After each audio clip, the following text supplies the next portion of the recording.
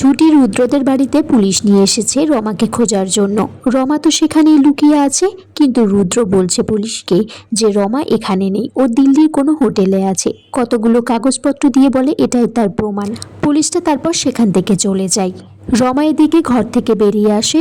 রুদ্র রমাকে বলছে, আমাকেই যে তুই খুন করতে বারণ করেছিলি, খুনটা তুই নিজেই করে দিলি। এদিকে ছুটি বলছে, আমার বাবাকে মিথ্যেভাবে ফাঁসানো হয়েছে, আমি যেভাবেই হোক এর প্রতিশোধ নেবই। এদিকে বাড়িতে অভিমন্যু রেগে রেগে আছে একটু। তার মা ঠাম্মি সবাই মিলে তার জন্য অনেক কিছু বানিয়েছে। তার মা নিজে হাতে তাকে লুচি খাইয়ে দিচ্ছে যাতে তার রাগটা একটু কমে যায়। তখন তাকে জিজ্ঞাসা করছে যে রাগটা কার উপরে হচ্ছে।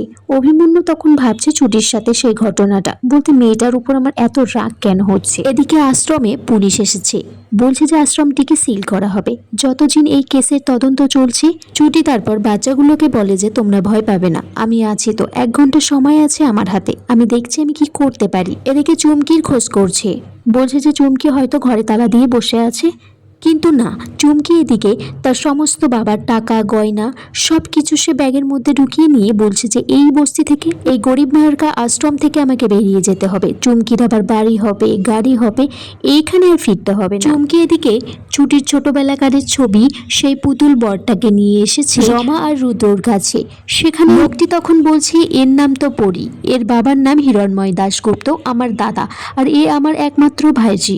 চুমকির কাছ থেকে সেই লকেটটা পাওয়া গেছে, যেই লকেটটা ছোটবেলায় ছুটির গলাতে ছিল। তারপর চুমকিকেই ছুটি সাজিয়ে হিরণময় দাশগুপ্তের বাড়িতে নিয়ে গেছে, বলছে যে আপনার ছোটবেলার মেয়েকে খুঁজে পাওয়া গেছে। এদিকে ছুটি বলছে এই বিপদে আমাকে একমাত্র হিরণময় আঙ্কেলই সাহায্য করতে পারেন, উনি খুব ভালো বড় মনের মানুষ। রাস্তায় ছুটি যেতে যেতে স্কুটি নিয়ে একটা পোলের সাথে ধাক্কা লাগায়, সেখানে অভিমন্যু তাকে ধরে রাখে। সেখানে তারপর অভিমন্যু এসে ছুটিকে বাঁচায়।